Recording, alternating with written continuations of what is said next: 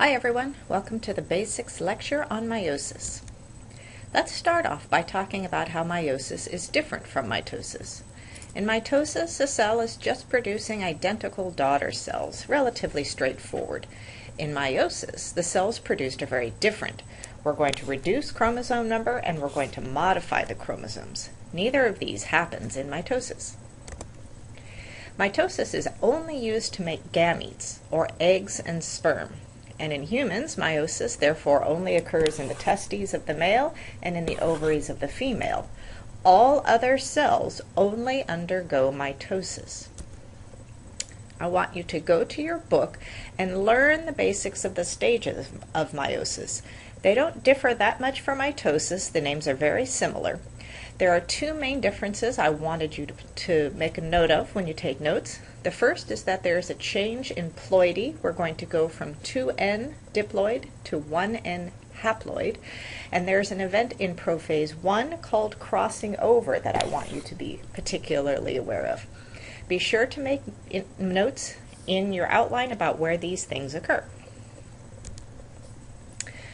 Now let's talk about metaphase in particular. You remember this diagram where we learned about maternal and paternal and homologous chromosomes. Well, let's apply this diagram to cell division now. We're going to look at an important difference in how meiosis goes through the first metaphase. When a cell prepares to divide, every chromosome is duplicated, as shown here, but the ploidy doesn't change. The chromosomes just become double-stranded. Mitosis and meiosis differ in what happens next. In mitosis, every chromosome lines up independently on the metaphase plate, but in meiosis, homologous chromosomes pair up along the midline together. The groups of homologous chromosomes, because there's 4 chromosomes present, are called, 4 sister chromatids present, are called tetrads. This produces a completely different set of daughter cells. In mitosis, the daughter cells each get 1 sister chromatid from every chromosome. So the end product is 2 diploid cells that are each 2N still. But in meiosis, the first division doesn't separate sister chromatids, it separates homologous chromosomes. And the sister chromatids are still attached to each other.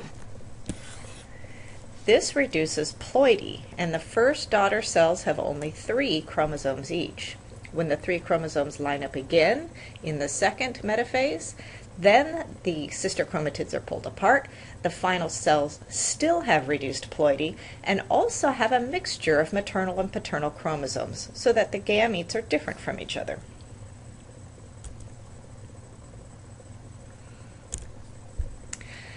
Now, as a little foreshadowing of genetics, you just saw an example of the law of segregation. Pause the video and look up the definition in your book. You have to look it up under law of segregation. And then figure out which part of meiosis shown here best demonstrates the law of segregation.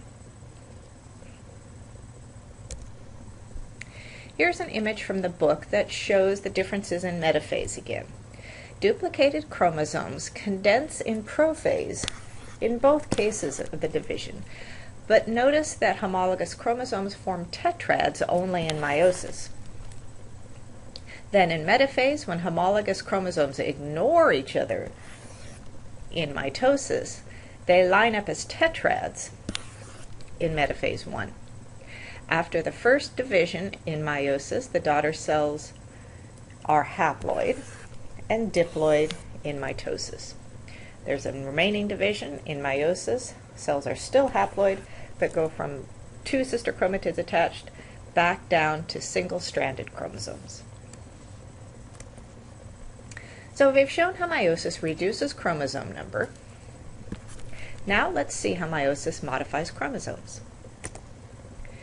When homologous chromosomes form tetrads in prophase 1, the arms of the homologous chromosomes cross over. They break and then reform whole DNA strands, and the regions where the cross occurs are called chiasma. Here's another figure from your book.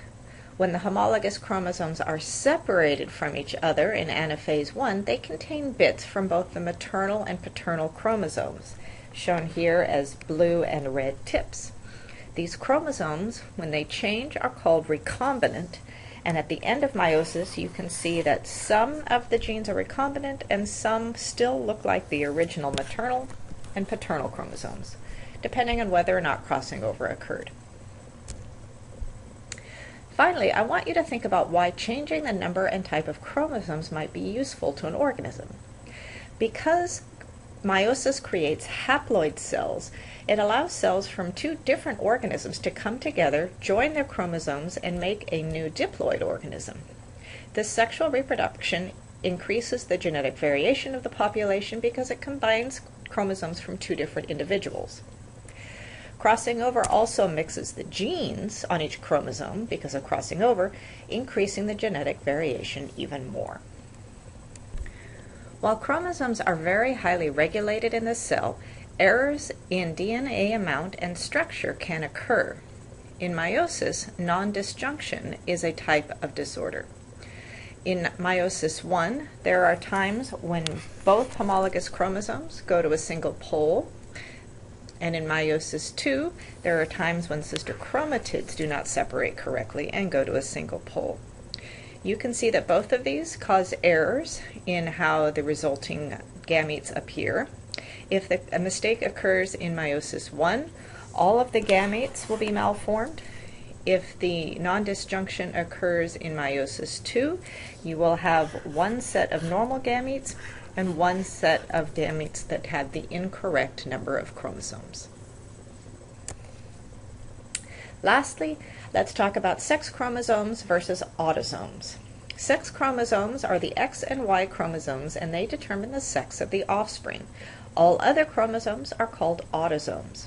In humans, a Y chromosome determines maleness, and this isn't the case in all organisms. Males have an X and a Y chromosome, as shown here. Since gametes can only contain one of each pair of chromosome, every sperm cell has either an X or a Y in it, along with all of the other single copies of the autosomes. If a sperm provides an X to the egg, it will create an offspring with an X from the mother and an X from the father, and the offspring will be female. If the sperm provides a Y to the egg, the offspring will have an X from the female and a Y from the male, and be a male. This completes our basics video for today. Write out these answers to study for the basics quiz. Thanks for watching.